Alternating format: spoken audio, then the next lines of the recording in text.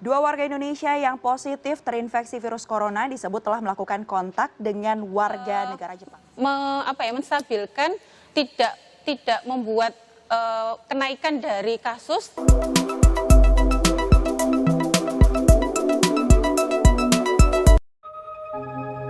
Pandemi COVID-19 saat ini belum mengalami penurunan yang signifikan.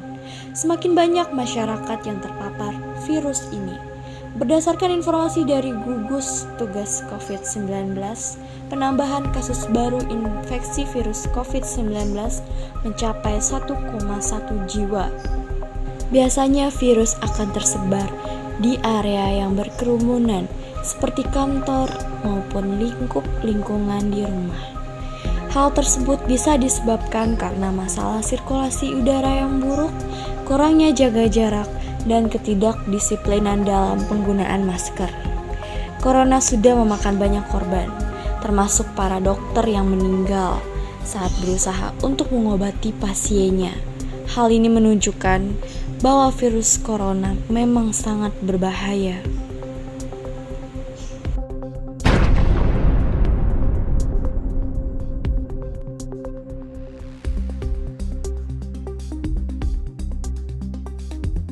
Halo, perkenalkan aku Anissa. Aku salah satu pasien COVID yang saat ini sedang karantina di Rumah Sakit Rituan Mengraksa. Jadi ini udah hari ke-12 di sini. Aku udah nggak ada gejala apapun, udah ngerasa fit banget. Cuma emang hasilnya belum negatif, jadi aku belum bisa pulang. Jadi aku di sini mau cerita kronologi pertama kali aku sadar kalau aku tuh kena COVID. Jadi waktu itu 18 Januari 2021 aku pulang kantor, aku ngerasa badan udah gak enak, itu mata panas banget, rasanya dingin banget. Aku tuh nggak pernah kayak gitu, kayak demam, kedinginan kayak gitu, aku ngerasa kayak gitu.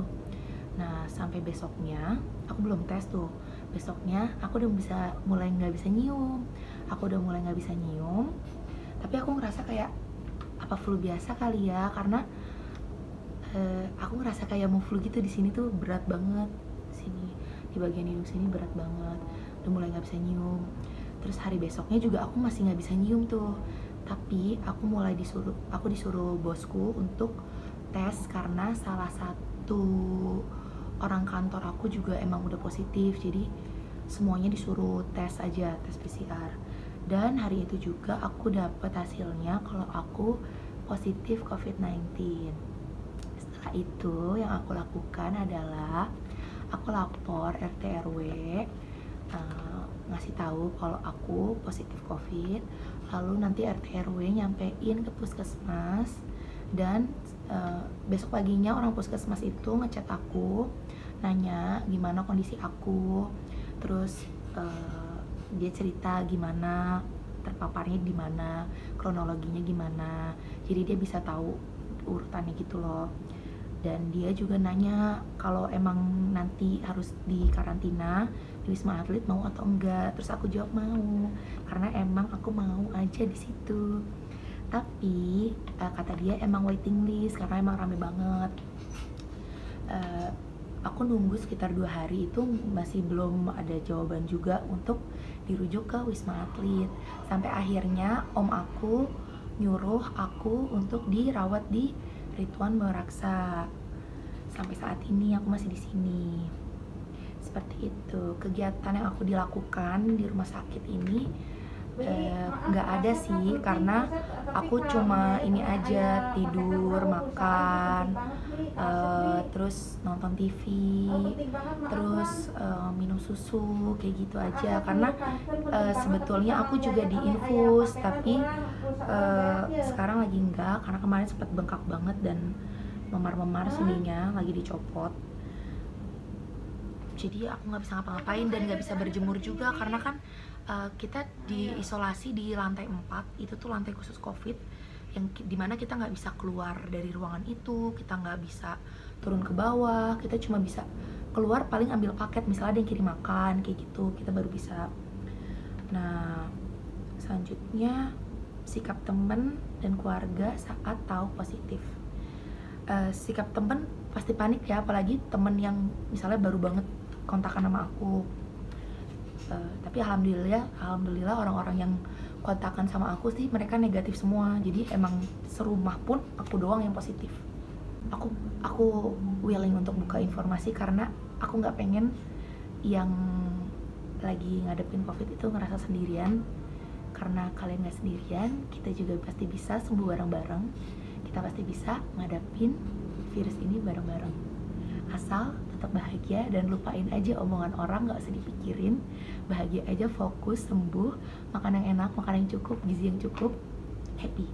Buat kalian yang belum pernah atau mungkin semoga tidak akan kena COVID, jaga-jaga diri baik-baik, sehat-sehat, makan sehat dari sekarang, minum vitamin, pakai masker, jangan lupa, jaga jarak tetap, main boleh sama temen, tapi ingat pakai masker ya, karena COVID itu beneran ada, nggak konspirasi doang sayang. Segitu aja, terima kasih. Anissa bukanlah satu-satunya pasien yang terkena virus corona dalam klaster keluarga. Hal serupa juga dirasakan oleh pasien COVID yang bernama Ajeng.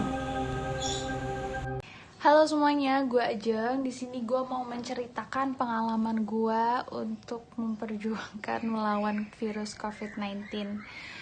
Jadi sebelumnya gue sempat gak percaya kalau gue dan keluarga itu bisa positif kena virus COVID-19 ini. Jadi kronologinya itu awalnya tuh bokap gue yang sakit. Bokap gue itu sakit demam, udah lebih dari 1 minggu, hampir 2 mingguan. Terus, tapi kita di situ tuh masih mikir, ini tuh cuma sakit biasa gitu, demam biasa gitu kan. Dan gue sudah nyaranin bokap gue untuk ke rumah sakit. Untuknya maksudnya buat diperiksa, tapi bokap gue tetap kekeh nggak mau karena dia takut pasti bakalan dibilang positif gitu. Nah setelah beberapa hari kemudian nyokap gue ikutan sakit, demam juga, badannya udah mulai nggak enak. Setelah beberapa hari kemudian gue demam itu sampai ngigo, sampai yang gitu deh, gimana sih orang demam. Dan gue sempat periksa suhu badan gue itu 39 derajat. Itu pas kita sakit itu kita bener-bener udah nggak keluar rumah, udah orang mau masuk ke rumah aja tuh kita kayak jangan dulu deh, kita lagi sakit gitu, takutnya nular atau gimana gitu kan. Itu sebelum kita tahu kita COVID ya, kita udah bener-bener udah isolasi mandiri gitu, udah isolasi sendiri gitu kan. Ya udah, kita harus swab nih gitu kan, biar kita tahu kondisi kita nih apa gitu, positif atau enggak. Karena kalau misalkan kita diemin kayak gini, kita tahu-taunya positif, kita kan takutnya nular ke orang lain gitu, apalagi yang udah berusia lanjut kan, kasihan gitu.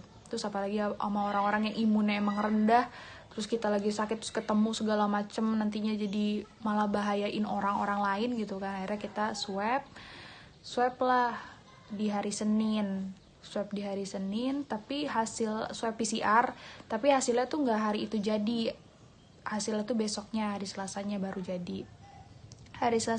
jadi. Gue langsung kayak, aduh apa nih hasilnya, deg-degan gitu kan. Gue sempat tidur bangun-bangun asar, terus gue dengar di bawah itu adik gue, nyokap gue sama bokap gue lagi kayak ngomong gitu kan, terus katanya kenapa sih, ada apa, gue tanya kayak gitu. Kita berempat reaktif. Maksudnya reaktif apa gitu kan, gue bilang kayak gitu. Terus kata adik gue, iya kita berempat positif COVID, kata gitu. Wah, gue langsung panik dong, kayak gak nyangka gitu, masa sih COVID gitu kan. Udah tuh akhirnya kita hubungin dokternya, terus dokternya langsung bilang bisa kok isolasi mandiri gitu selama 2 minggu, kata dokternya kayak gitu.